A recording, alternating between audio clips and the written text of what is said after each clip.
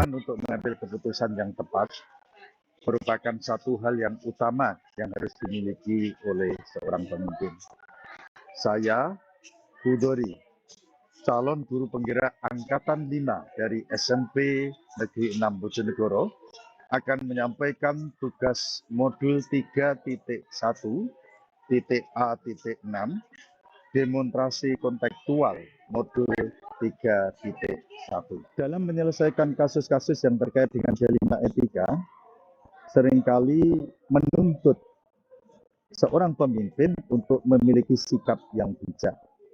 Hal ini karena pada kasus-kasus ada kaitannya dengan dilema etika merupakan situasi yang sering dihadapi dan tidak sedikit dihadapkan dengan pertentangan antara cinta dan kasih sayang, kebenaran, keadilan, toleransi, kesetiakawanan, tanggung jawab, dan aktualisasi hidup.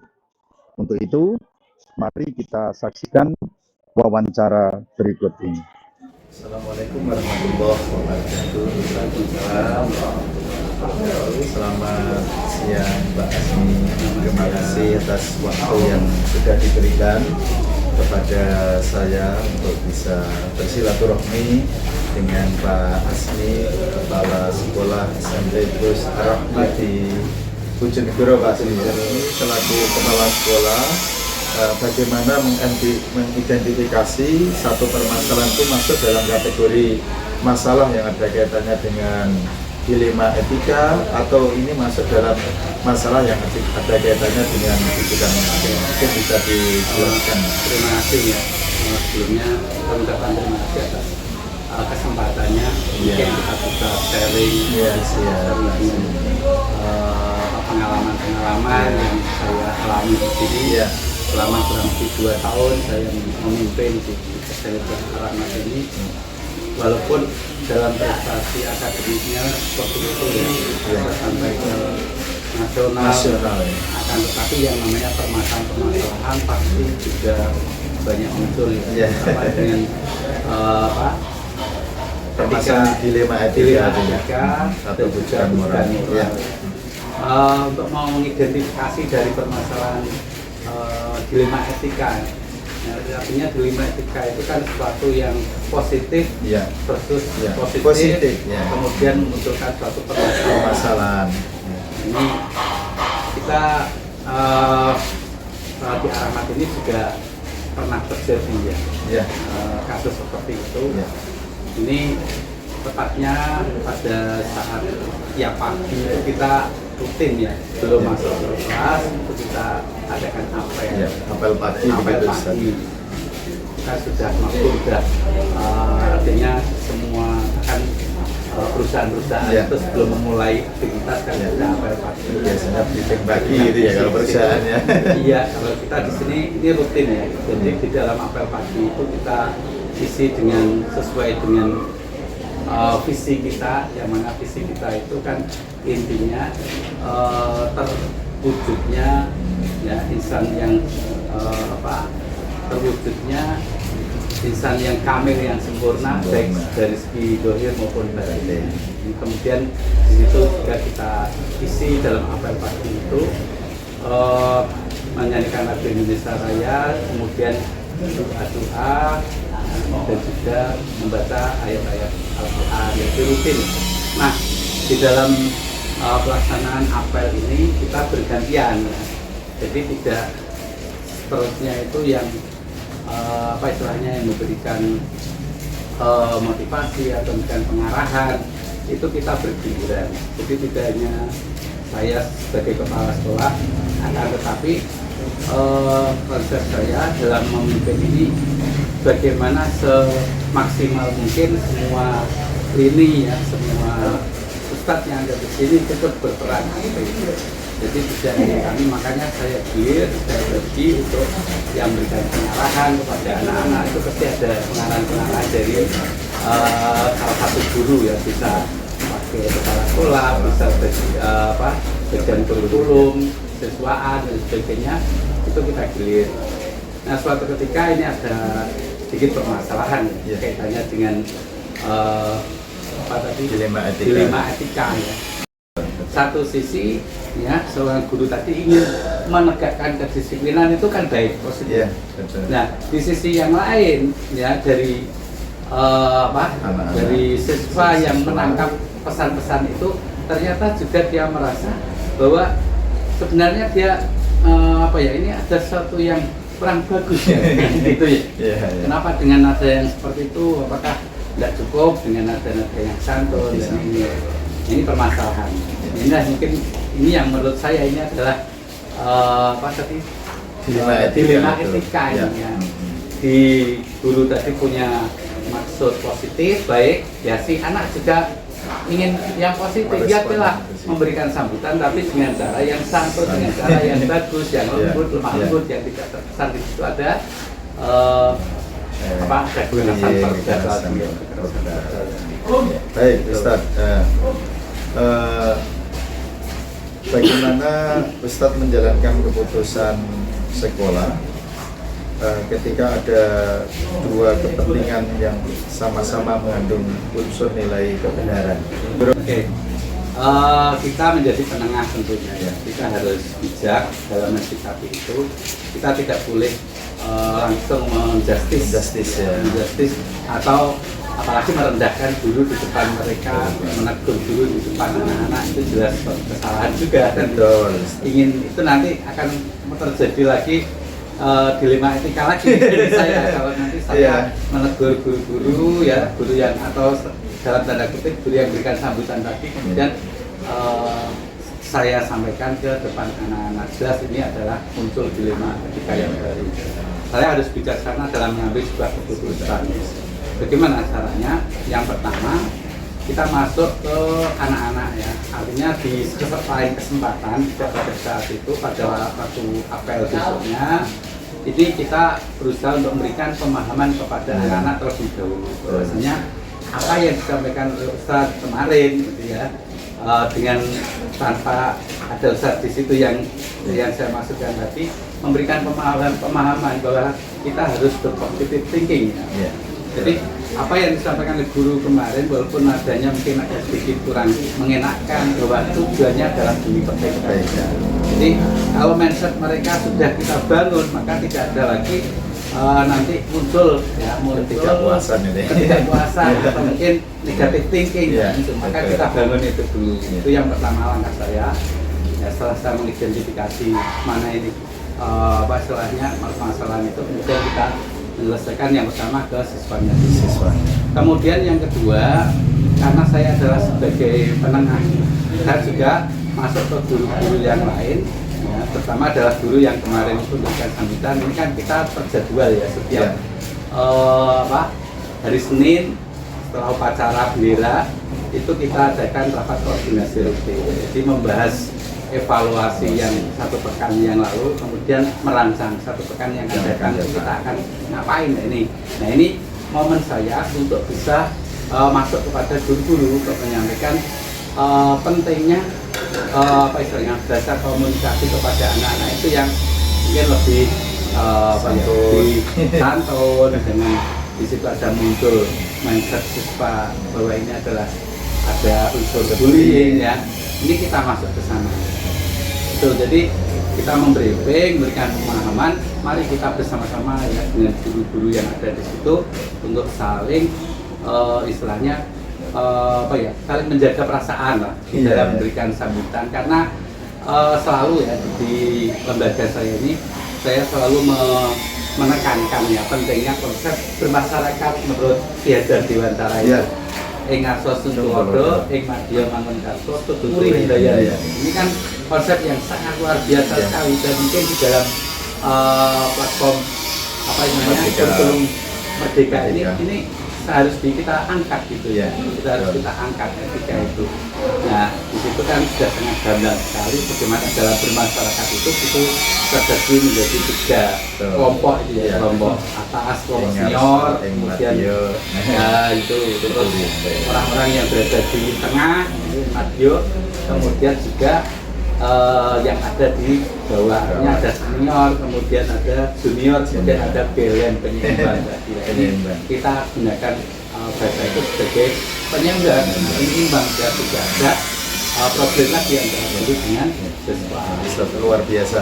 Jadi ada langkah-langkah atau prosedur yang memang sudah biasa diterapkan oleh Pak Asmi selaku kepala sekolah dalam memerankan pesan manajerial ya, ketika ada permasalahan yang terkait dengan kasus-kasus di lima etika. Baik, Bapak Asmi, kira-kira hal-hal apa yang Bapak anggap efektif dalam pengambilan keputusan-keputusan yang ada kaitannya dengan lima etika? Cara yang paling efektif yang pertama adalah menyamakan persepsi dulu. Persepsi dulu ya. Jadi kita istilahnya SDM-nya kita beri pemahaman. Dengan pentingnya saling menghargai tadi biar tidak muncul dilema etika. Jadi kita berikan pemahaman pada SDM-nya. Ya, baik. Bapak, kira-kira tantangan apa dalam upaya untuk menyelesaikan kasus-kasus yang ada kaitannya dengan dilema etika ini? Oke, begini ya.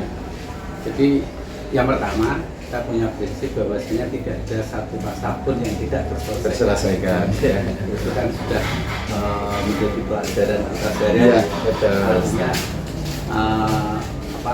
dalam Al-Quran surat Al-Insyirah itu bahwasanya setiap ada permasalahan pasti ada solusinya.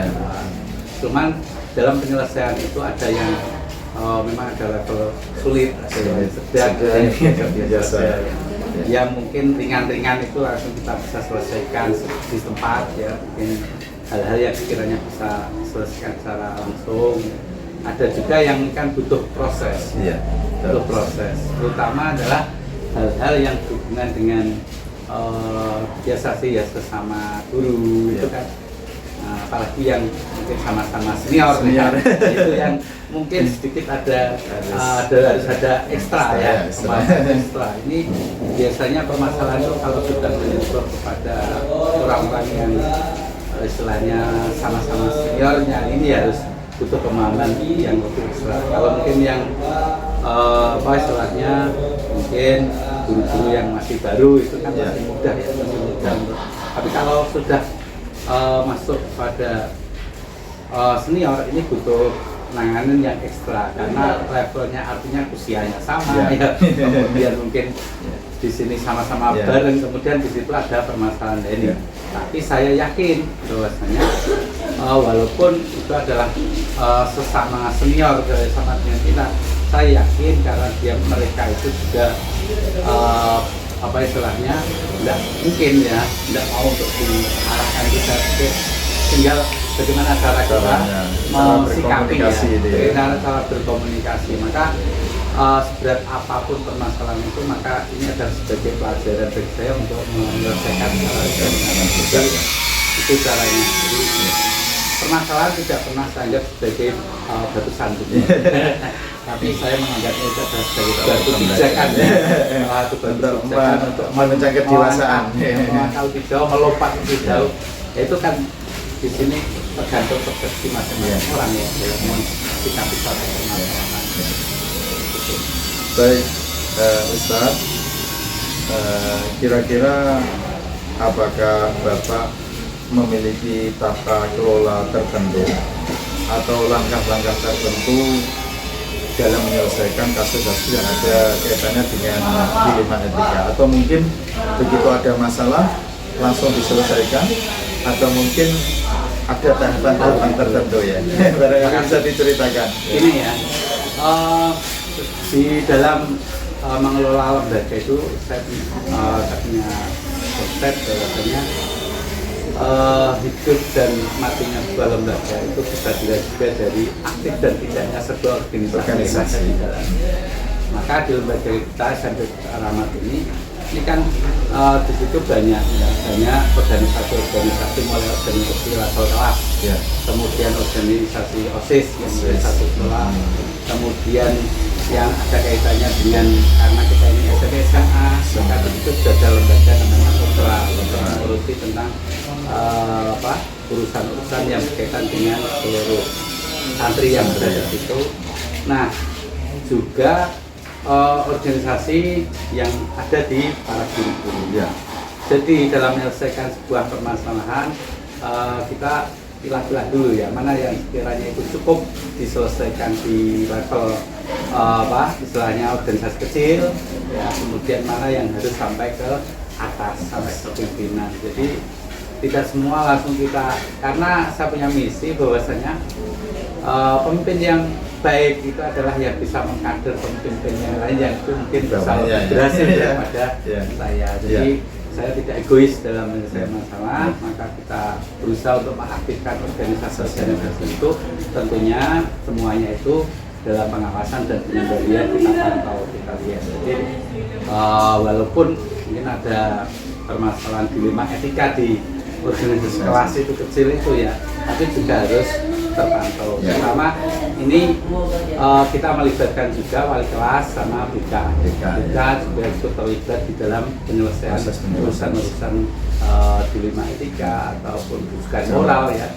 Tapi untuk yang bukan moral, insya Allah ini kan ya ada sih sedikit sekali ya. Yang terutama ini adalah etika, dilema etika ini ya. Atau yang inginnya itu baik, tapi ternyata berbenturan dengan keinginan baik yang lain. Iya. Baik, Ustadz, dari pengalaman selama ini dalam menangani kasus-kasus yang ada di dilema etika, mungkin tidak semua kasus sampai pada level kepala ya, mungkin ada kalanya dilema etika diselesaikan pada tahapan-tahapan tertentu karena sudah melalui proses pengadilan yang luar biasa ini ya. Setidaknya dari semua lini yang ada di pengelola institusi ini bisa memerankan fungsinya ya. Kecuali kalau sudah sampai pada level-level yang harus ditangani oleh kepala sekolah atau ke yayasan ya barangkali ya. Barangkali ini Bapak Asmi bisa menyampaikan pengalamannya, mungkin ada seseorang yang bisa membantu dalam menyelesaikan kasus-kasus dilema etika ini, atau orang-orang tertentu atau mungkin tim-tim tertentu begitu bisa. Oke. Tadi kan saya sampaikan dalam penyelesaian masalah kan tidak semuanya langsung ke kepala ya, pimpinan semua tidak, tapi ada permasalahan-permasalahan yang itu cukup diselesaikan di bawahnya. Contohnya mungkin gini, karena kita ini 24 jam ya. Contoh antrian dalam makan. Namanya anak-anak itu kadang kan juga satu sisi dia harus disiplin ya. Kemudian berbenturan dengan yang lain karena dia ingin ada urusan yang lebih, dia ingin menyerobot dilema etika lagi ya. Satu sisi dia tidak mau ketinggalan dalam kegiatan, yang satu sisi dia harus menaati peraturan kedisiplinan, harus ngantri. Nah, budaya ngantri ini juga masalah ini. Kalau kita juga munculkan kasus dilema etika juga ya. Karena apa? Satu sisi harus ikuti aturan kedisiplinan, di sisi yang lain dia juga harus cepat dalam mengambil makanan karena ada kegiatan lain ya. Kegiatan lain ini kan positif ya, keinginan sesuatu yang positif berlawanan dengan aturan yang positif, juga harus disiplin, harus ngantri dan sebagainya. Nah, seperti masalah ini, saya pikir kan dalam masalah tidak masalah ini nggak harus diselesaikan ke pimpinan lah, kaitannya dengan ngantri makan, itu kan cukup diselesaikan di level tertentu ya, cukup di kelas atau opera biar itu tidak berkembang menjadi masalah yang berat, maka hal ini harus diselesaikan. Cuman kita juga harus memantau jangan sampai dalam penyelesaian itu juga muncul masalah lagi. Ini juga bisa lagi. Dia ingin menegakkan tapi dengan cara-cara yang mungkin lebih ofensif, lebih menyerang ya ini. Maka saya tekankan ke para pengurus kelas, para pengurus opera tadi, jangan sekali-kali kalau menyelesaikan masalah itu dengan menggunakan kekerasan. Harus yang baik, sopan, dan juga dalam membuat sebuah aturan ini saya tekankan ya, ini jangan sampai sepihak, harus dikomunikasikan dengan orang yang akan di kelas, kemudian di asrama ya, itu selalu seperti itu. Jadi mereka membuat peraturan yang itu disepakati bersama. Tidak Ya. pernah peraturan itu kita Dibuat buatkan sendiri dari kemudian sepihak itu yang tidak pernah ya. sepihak ini nanti malah Ya. nggak bagus. Jadi selalu contoh mungkin gini ya, di dalam kelas itu dilarang buang sampah sembarangan. Kemudian kalau sampai buang sampah sembarangan, apa ini konsekuensinya? Ini disepakati oleh mereka, bahwa walaupun dia harus mengganti atau mungkin konsekuensi membayar ya denda dan sebagainya, itu kalau Sudah kesepakatan bersama ya kan menerima akhirnya saja. dia legowo. Ini bukan hukuman, tapi ini adalah sebuah konsekuensi yang harus saya bayar kan gitu. Jadi saya melatih anak-anak seperti itu. Jadi biar sini itu ada kesadaran yang benar-benar kesadaran, bukan karena paksaan, terus karena ya, keharusan ya, terus bukan seperti itu. Kita juga sebenarnya konsep dalam Betul Merdeka itu sangat bagus sekali. Ya memang di pesantren itu kan umumnya seperti itu. Ya. Baik, Ustaz.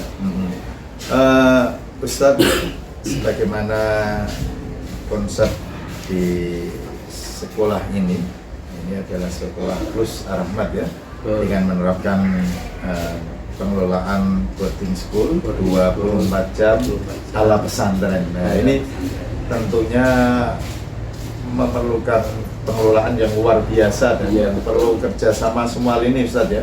Jadi tidak hanya pembelajaran di kelas saja, di sekolah saja, tapi juga ada penanaman nilai keagamaan. Kemudian juga ada kajian-kajian gitu, Ustaz. Tentunya seringkali ya akan muncul permasalahan-permasalahan yang terkait dengan dilema etika, dan tentunya juga diselesaikan dengan cara-cara yang luar biasa seperti yang disampaikan. Kemudian Ustaz, kira-kira pembelajaran apa yang dapat diambil dari selama ini ketika selesai menyelesaikan kasus-kasus yang ada kaitannya dengan dilema etika ini? Ya, oke. Sebelumnya ini ya, karena kita ini 24 jam, ini kita dalam pengelolaan ke anak-anak, ini kita bagi, tidak langsung semuanya ditangani oleh sekolah ya. Karena kita kan paham kita ada program itu adalah membagi-bagi manusia ya, adanya siang malam fakta ya, fakta dan kaki kanan kiri kanan kiri itu adalah sebuah fakta yang harus dilalui oleh seseorang ya. Makanya di dalam pengelolaan di pondok ini kita tidak sendiri, tapi di situ ada organisasi ya, ada pengasuhan, kemudian ada juga bagian keagamaan ya, kaitannya dengan pendalaman keagamaan, kemudian yang kita ini ada SMA ini yang berbagai yang formalnya, jadi ada kelompok atau organisasi yang berkompetensi dan itu kemudian dia untuk mengelola ini. Nah, ketika ada permasalahan kemudian kita bisa menyelesaikan permasalahan ini tentunya adalah ada istilahnya kepuasan batin sendiri ya. Jadi ada kepuasan batin seperti contoh dilema etika tadi kita bisa menyelesaikan dengan bijaksana tanpa ada merendahkan salah satu. Ini adalah sebuah kepuasan sendiri bagi seorang pemimpin. Apalagi menyelesaikan masalah itu tidak diselesaikan sendiri, itu sebenarnya juga kepuasan tersendiri. Artinya kalau masalah itu dengan baik berarti kita bisa memanage permasalahan itu, bisa istilahnya mengader generasi yang nanti bisa dengan bijaksana juga dalam menyelesaikan. Kan kita ini kan berkesinambungan artinya harapannya adalah lembaga ini tidak seperti akan selalu harus berkembang ke depannya. Ya, kita harus mengkader kader orang-orang yang nanti melanjutkan daripada visi dan misi. Baik, Ustaz, luar biasa. Apa yang sudah disampaikan adalah satu pengalaman yang luar biasa, Ustaz. Khususnya bagi saya juga ini adalah satu pengalaman yang luar biasa, di mana tadi Ustadz dengan menyelesaikan permasalahan, mengkaji dari unsur paradigmanya, kemudian prinsip-prinsipnya, kemudian ada langkah-langkah dalam penyelesaian kasus-kasus yang ada kaitannya dengan D5 etika. Sekali lagi kami sampaikan terima kasih Sama-sama. atas kesempatan yang diberikan. Semoga perjumpaan ini adalah perjumpaan yang membawa kemanfaatan. Amin. Terima kasih Ustadz. Assalamualaikum. Waalaikumsalam.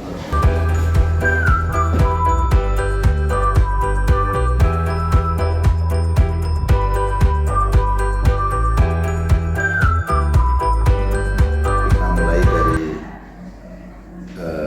pertanyaan yang pertama, Bapak, terkait dengan bagaimana Bapak dapat mengidentifikasi kasus bahwa kasus itu masuk D5 etika atau masuk dalam rujukan.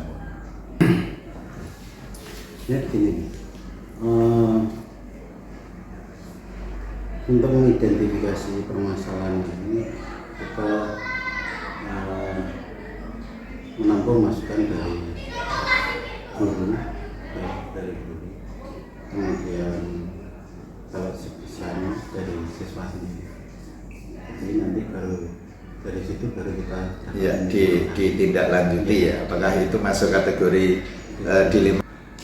Baik, untuk selanjutnya Bapak, bagaimana Bapak menjalankan pengambilan keputusan di sekolah Bapak, terutama untuk kasus-kasus di mana ada dua kepentingan yang sama benar atau sama-sama mengandung nilai kebajikan. Ya, jadi kadangkala mungkin muncul kasus yang mungkin sama-sama benarnya ya, atau sama-sama mengandung unsur nilai kebajikan. Nah, ini masuk dalam kategori kasus D5 etika yang kadang kita agak sulit ya. Maka untuk itu bisa diceritakan Bapak bagaimana ketika terjadi kasus seperti ini Bapak bisa menangani. Ya. Jadi begini, kalau misalnya ada informasi, ada anak-anak ada masalah misalnya, maka setiap wali kelas itu setiap hari Sabtu itu harus menginformasikan bahwa ada anak-anak yang bermasalah. Dan ternyata suatu saat kita menemukan anak bermasalah. Ternyata dia sudah 1 minggu tidak masuk. Tidak masuk ya. 1 minggu tidak masuk itu tentu saja saya tanya kepada wali kelasnya apa itu yang terjadi. Ternyata dia punya permasalahan keluarga. Iya. Permasalahan keluarga ini memang agak berat karena memang anak itu tidak bisa menyelesaikan sendiri, yang bisa menyelesaikan adalah orang Tuanya ya. Anak ini korban dari terus terang saja Perceraian orang tua ya. Ya. Maka kalau seperti ini maka kita harus melakukan home visit. Bagaimanapun juga kepentingan siswa itu harus kita utamakan. Maka kita selaku lembaga pendidik harus berkorban untuk hal itu. Iya. Dan ternyata setelah diidentifikasi anak itu merindukan kasih sayang dari orang tuanya berdua. Maka hal ini kita harus membujuk pada orang tuanya supaya suatu saat ya sekali saja menunjukkan kepada putra-putrinya bahwa orang tuanya itu masih ingin mendidik anaknya bersama-sama. Dan itu terus terang saya tekankan kepada orang tuanya supaya suatu saat ada kesempatan untuk pergi berdua bersama anak-anaknya untuk menunjukkan kasih sayang ini. Dan memang anak ini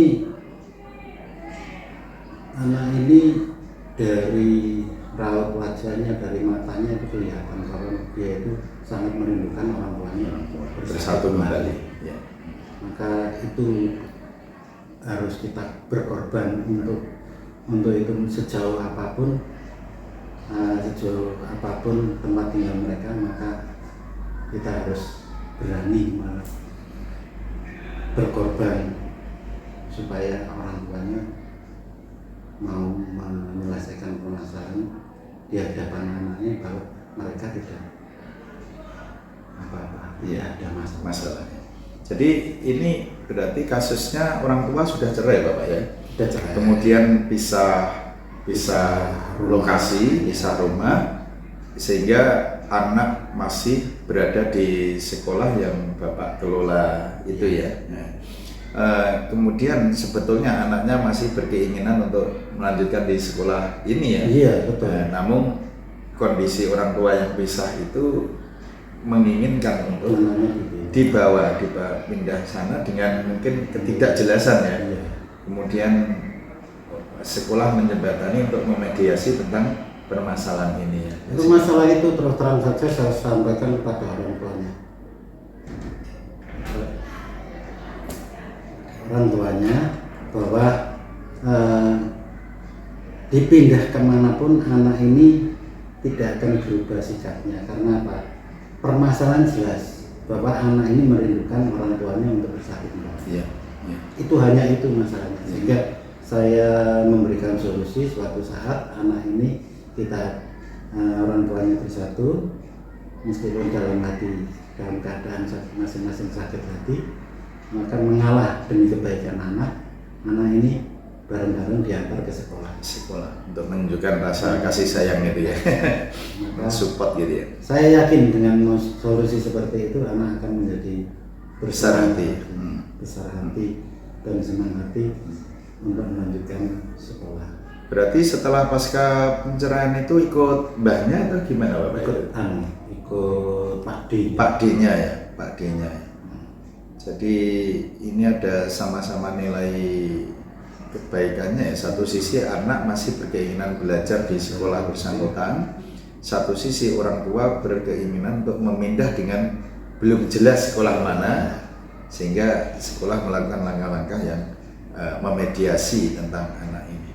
Baik Bapak Sarwo, untuk selanjutnya mungkin bisa disampaikan kira-kira langkah-langkah atau prosedur seperti apa yang Bapak lakukan selama ini untuk menangani kasus seperti D5 etika yang kejadian ini. Ya, selama ini ya tentu saja yang pertama langkah kita pertama ya mengidentifikasi masalah ya, menampung informasi dari guru maupun dari siswa, bahkan diperlukan juga informasi dari orang tua siswa. Kalau sudah jelas anak-anak yang bermasalah itu identitasnya dan siapa orang tuanya, maka dari situ nanti baru kita simpulkan langkah-langkah apa yang harus kita lakukan dari informasi dari guru, wali kelas, atau dari siswa sendiri, bahkan dari orang tua. Ya. Sehingga dengan seperti itu nanti kita bisa memberikan solusi yang terbaik, karena kita sudah tahu jelas apa permasalahan. Ya. Baik Bapak, berarti luar biasa ya. Bahkan kalau sampai diperlukan sampai home visit ya. Iya. Dan kasus itu sudah sampai pada home visit ya Bapak. Iya. Oh iya, luar biasa. Baik. Hal-hal apa yang selama ini Bapak anggap efektif untuk pengambilan keputusan pada kasus dilema etika? Paling efektif itu yang itu tadi, bahwa kita menggali informasi dari beberapa pihak. Artinya bahkan tidak hanya dari guru atau siswa sendiri, bahkan juga dari orang tua dan bahkan juga dari teman-temannya satu kelas, Iya. atau bahkan dari teman-temannya yang satu kampus. Karena bagaimana juga kita untuk menyelesaikan permasalahan itu kita usahakan apapun harus kita lakukan demi anak ya, masa depan anak ya. Baik Bapak, hal-hal apa saja yang selama ini merupakan tantangan dalam pengambilan keputusan pada kasus-kasus dilema etika? yang paling besar permasalahan itu adalah pergaulan anak. Artinya dia dengan siapa. Kalau memang jelas dia bergaul dengan siapa, maka mudah kita menemukan permasalahannya. Tetapi kalau kadang-kadang anak itu tidak jelas bergaul dengan siapa, atau bahkan dia bergaul dengan orang-orang yang mungkin lebih dewasa dari dia, atau usianya lebih. Nah, itu yang paling sulit. Karena sementara kita tahu anak itu di sekolah dan di rumah orang tua, sementara anak itu sendiri pada saat di rumah pamit orang tuanya keluar tidak tahu dengan siapa. Itu ya pasti tidak tahu ya. Dengan siapa itu tidak tahu. Ya. Dengan siapa itulah yang paling sulit. Sulitnya. Baik Bapak, Bapak memiliki sebuah tata kelola atau jadwal tertentu begitu. Misalkan ada satu kasus yang ada kaitannya dengan permasalahan dilema etika seperti contoh tadi, itu apa langsung diselesaikan pada saat itu atau mungkin diselesaikan dengan jadwal tertentu dengan melalui beberapa prosedur tahapan begitu? Ya. Jadi gini, penyelesaian masalah itu paling efektif itu segera diselesaikan. Segera ya Bapak ya. Tetapi kita harus juga punya penjadwalan tertentu. Ya. Karena bagaimanapun juga kita permasalahan-permasalahan yang lain juga ada, sehingga tidak hanya fokus pada masalah-masalah tertentu yang muncul. Ya. Maka masalah-masalah tertentu yang muncul itu juga kita suatu saat kita harus agendakan, kita jadwal. Intinya kalau ada masalah dilema etika ya prioritas sama harus segera diselesaikan biar tidak mengembang itu Bapak ya. Nah, kecuali kalau memang yang pelik yang membutuhkan alokasi waktu yang cukup untuk menangani permasalahan ini ya. Ya luar biasa Bapak. Jadi lebih cepat lebih baik begitu ya. Baik. Bapak, adakah seseorang atau faktor-faktor apa yang selama ini mempermudah atau membantu Bapak dalam pengambilan keputusan dalam kasus-kasus dilema etika? Nah, ini karena di sekolah, maka di lembaga di satuan pendidikan, maka kita kan punya beberapa guru yang khusus untuk menangani seperti misalnya guru, ada wakil kepala sekolah, kemudian ada guru bimbingan konseling, itu yang paling. Baik Bapak, dari semua hal yang telah disampaikan tadi, apa yang dapat Bapak petik atau dapat diambil pelajaran dari pengambilan keputusan dilema etika ini? Bagaimanapun juga permasalahan dari siswa, kita akan bisa memakai pelajaran untuk penyelesaian masalah-masalah selanjutnya. Untuk itu maka kita harus inventarisasi permasalahan tersebut, sehingga nanti suatu saat kita bisa menyelesaikan masalah berpegang pada permasalahan ya.